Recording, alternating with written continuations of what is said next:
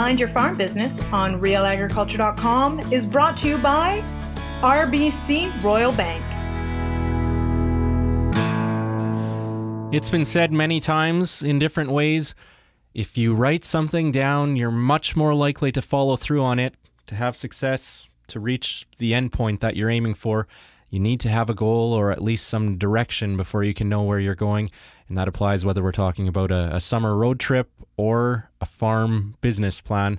I'm Kelvin Hepner with Real Agriculture, and I'd like to welcome you to this episode in the Mind Your Farm Business podcast series brought to you by RBC.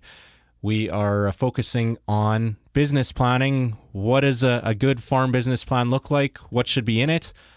How do you stick to it when things go sideways or unexpected events happen? And in some cases, maybe underlining all of this, first of all, why is it important to have a business plan for your farm? We're pleased to have Dean Klippenstine of MNP back for this episode. Dean is a partner and business advisor for MNP's agriculture services, working out of Regina. And we've heard from him a couple of times in the Mind Your Farm Business series on earlier podcasts, and you can find those at mindyourfarmbusiness.com. Today, though, we want to talk about business planning and get some answers to these questions about how to go about putting together a good plan for your business.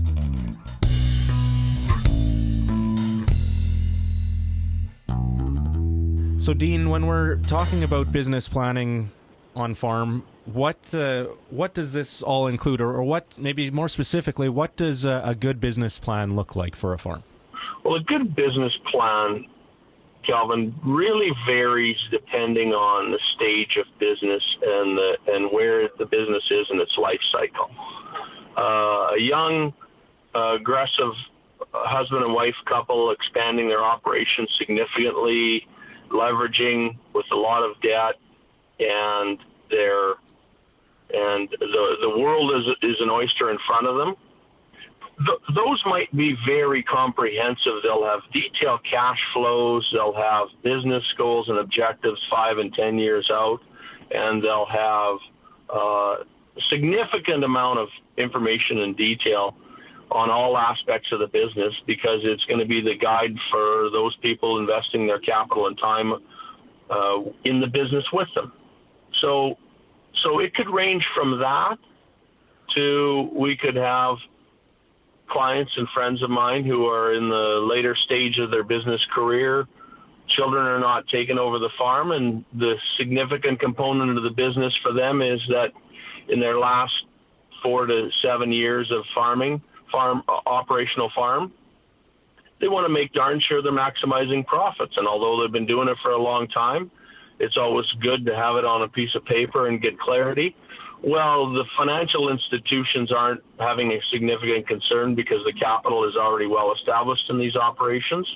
So it might be a simple couple-page document and a tool that they use to analyze their profitability and make sure they stay sharp and understand their costs. So you can have a full broad spectrum of business plans and the material in them, but the process is a valuable process to go through for all of those businesses. So what are some of the key steps to that process then that would be the same whether you are a young and aggressive starting out family farm business or somebody closer to the end of their farming time frame? Well, I guess the number one for me, and this is the bias based on my accounting background and agriculture background, is understanding our costs. Now, that doesn't mean you have to write down every cost that's in your operation and you pay every single bill and have an intimate, detailed knowledge of every transaction going through. But you need to understand at a minimum, at a high level, the cost it takes to run your operation, because inflation has a way of drifting away on us, and machinery has a tendency to get a little more expensive every time, and inflation is the enemy of a lot of these farm costs, and they tend to get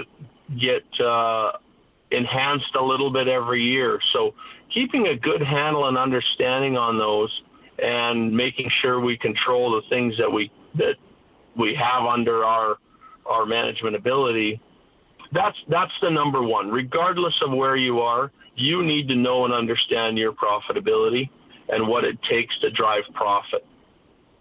Because the complacency is the other factor. I'll talk to the grain sector a little bit. We typically have a false sense of confidence that yield equals profitability. And in absolutely no uncertain terms, we need to maximize our yield to make sure there's profitability at the bottom line.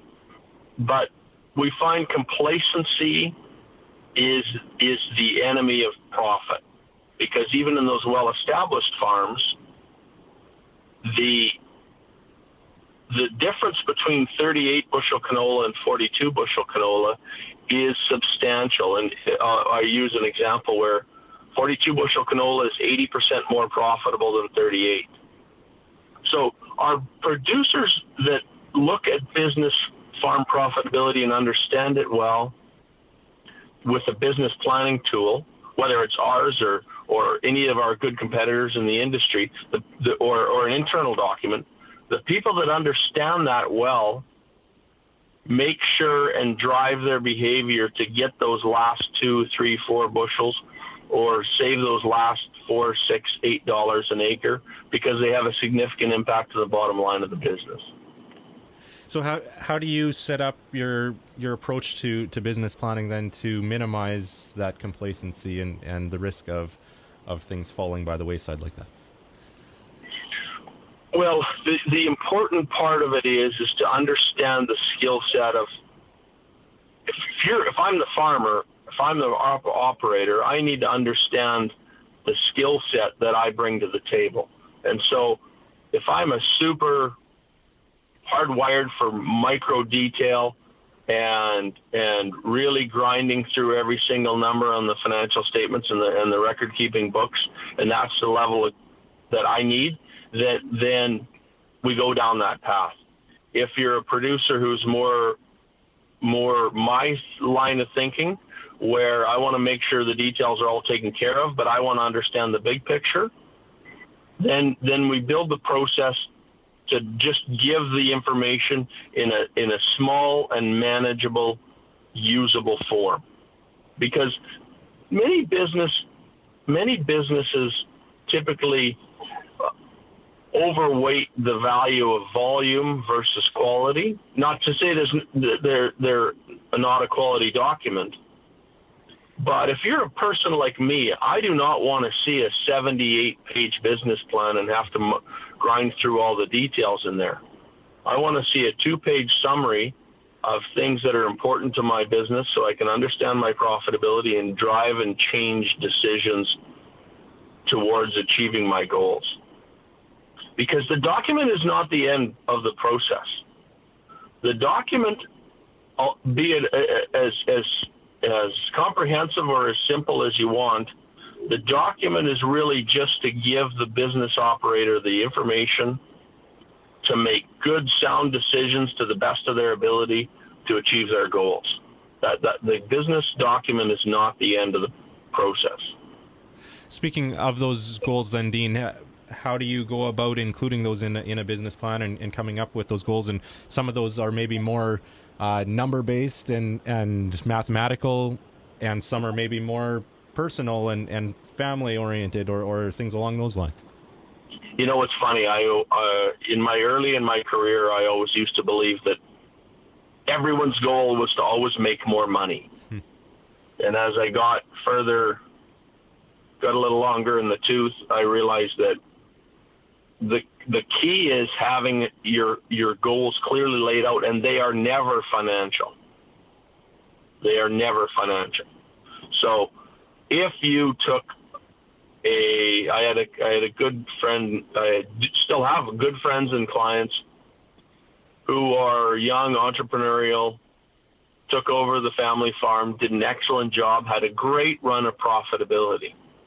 And one of the difficult decisions for them was there is no right or wrong when measuring goals. And so I told them as 2 extreme examples. I said, if you wanted to retire by the time you're 42, that's an entirely achievable goal. And if you want to grow this to a 60,000 acre farm with a large number of significant employees and a excellent operational system, that's also a completely achievable goal. But you have to know and understand what you want out of life and out of the business. And so the goals are very difficult for not just us, for everyone, because you really have to look inside and say, what is my objective at the end of this process?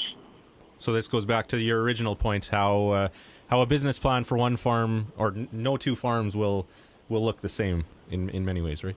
That's right. If we start with the end goal in mind, we can add a whole bunch of good, simple business mathematics around it and steps we should take to achieve those goals. But the key starting point for these documents is that, what do I want in 5 to 10 years? And then everything else is actually relatively straightforward along the path to achieving those goals. And knowing that where you target to be in 10 years, I guarantee will change. But at least if you're constantly aiming at a target, it keeps you focused and makes decisions that come in front of you far easier to process. So how do you, Dean, in this process of setting direction for a business, how do you account for extremes that we see in farming? The drought in parts of Western Canada this year, or last year was the excess moisture, or we have market risk with BSE comes up and the borders are closed and things like that. How do you make sure a plan, or is it even possible for a business plan to account for some of these unforeseen circumstances as they seem to happen fairly regularly in agriculture? Well, that's an excellent point, and they are serious and significant impacts. And what we do is we always just focus on the things that we have ability to impact. So if we look at the range of business risk and insurance is available, whether it be crop insurance, whether it be ag stability, whether it be global ag risk solutions, any of those, you always have to take those into account to say, okay, on short-term operational hiccups or disasters, depending on their severity, we obviously have to take those into account. But there may be other things we do to make sure those impacts of those events do not derail the process. So we may reduce the pace of expansion to make sure the balance sheet is well loaded up. So even though if everything goes well, we could expand at far more rapidly. We could expand far more rapidly, and we may make the conscious decision to say, "Hey, stuff happens. The hog sector has some tremendous profitability, and they have some tremendous periods of loss. And in those cases, we may say, let's build up the balance sheet and slow our expansion to make sure that we can weather those storms." And so those are still things we have, the things we can still impact. They are not the core part of the business plan. They're just making sure we have contingency plans if some of those things happen on the way to our goal.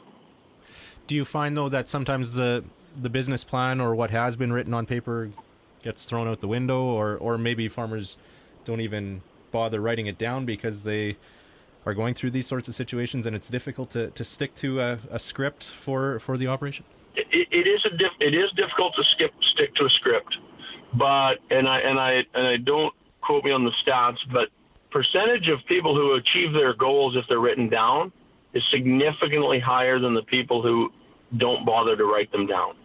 And so what it does is that it always lets you gauge where you're going relative to where you intended to go. And so we see it anecdotally in our office.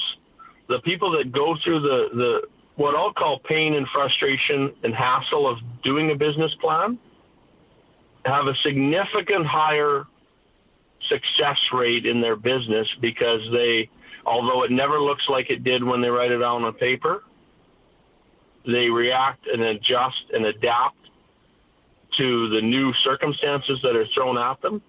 But they constantly have that as a bar and a guide to work towards.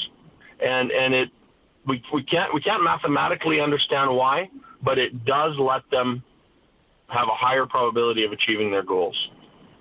And so one of the things I would really encourage people to do, now this is a little stereotypical, but and not the case in every circumstance, but if you're not good at business planning, or if you're not good, then simply engage one of your professionals to help you do it.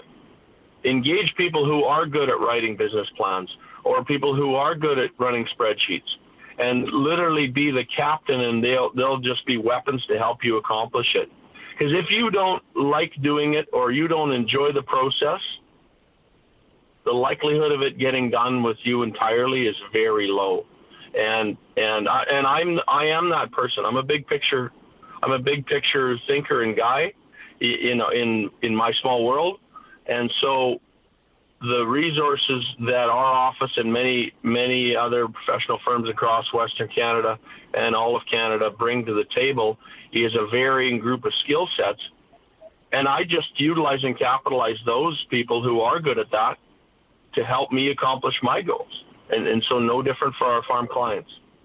So when you look at, say, a calendar year for a farm, what does this look like? Do you recommend a meeting every month, going over what the objectives are in the business plan annually, by every other year? How often should people revisit their plan? It depends on the pace of change in that business and that business cycle. So if you're a greenhouse with steady, consistent production in Southern Ontario, well, then your business cycle is going to be more constant and evolve quicker. In Western Canadian large acre grain production or livestock production, cow-calf production, then really you earn revenue substantially once a year. So even those two examples, you would have a different pace, and the other would depend on the pace of change your business is undergoing. If you're tripling the size of operation, dealing with multiple landlords, or marketing to you went from marketing to 4 local farmers markets, and now you're dealing with 11 major grocery chains, then obviously the pace of change in those businesses is significant. You need to revisit it more and have more meetings, making sure you're not veering off the initial plan or getting off the rails. If you're in what I call a well-managed operational business with not significant changes, then maybe it's a once a year, once every 2 years process, just to get a checkup and make sure you're not getting off onto a direction you shouldn't be. But it would be very different than those first 2 examples I talked about. And those would also be opportunities then to check how your business has progressed, to measure how things have changed and where you are headed? Absolutely. And one of the victims of aggressively expanding or changing business is the business planning, because you take a young couple expanding their market garden business to now be a supplier to major wholesale grocery chains. Well, those people, probably a young family, lots going on in life, the business is changing, and they're in the day-to-day noise. It's very difficult to say, what we're going to do is we're going to take a half day or a day every quarter and go and sit in an office somewhere, whether it's our own office at the farm or whether it's an office in one of the local professional advisory firms, and really just have a checkup to where we are relative and where we're going. That's very difficult to do, and there's always an excuse to not do it, because time is a commodity that we're really short on in those businesses. So I really encourage people to have the discipline to force themselves to do that, get out of the day-to-day noise, get out of the weeds, and really focus on where your business is going. All right. If you could sum all of this up, Dean, what are some of the main points that you would like to make sure that that farmers know, or some of the main points you try to get across when you do sit down with farmers at their kitchen table or in your office?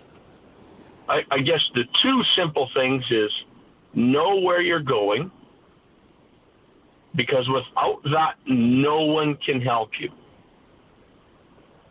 If you're a 2,000-acre grain farm in Western Canada and you want to grow to 10, or you're a 2,000-acre grain farm in Western Canada that wants to retire in 5 years and travel the world, those are very different paths.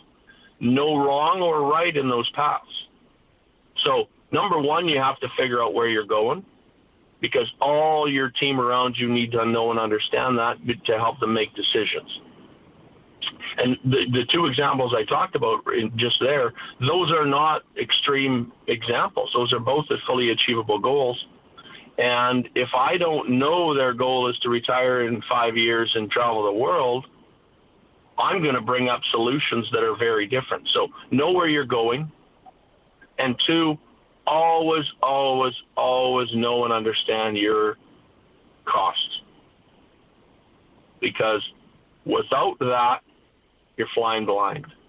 So if I had to sum up the two important components, is know where you're going and know your costs. Well, some great insight and things to think about. Thanks for taking the time to chat with us today, Dean. Appreciate the visit. So, pretty clear that there's no one-size-fits-all, fill-in-the-blank template for putting together a farm business plan, but there are some critical pieces that do need to be in there, as Dean summed up well at the end there. Know where you're going. That's something you have to talk about to figure it out, and then write that down so it's known. And then, as he said, always, always, always know your costs, because without that, you're essentially flying blind, I think were Dean's words. That's at least two takeaways. There was a whole lot more in there too that you can hopefully apply to your farm business operation and the planning process. Thank you to Dean Klippenstine of MNP for joining us for this episode in the Mind Your Farm Business podcast series, again brought to you by RBC. This is episode 29 in the series. You can listen to this one, episodes 1 through 28 as well, at mindyourfarmbusiness.com. I'm Kelvin Hepner. Thanks for listening.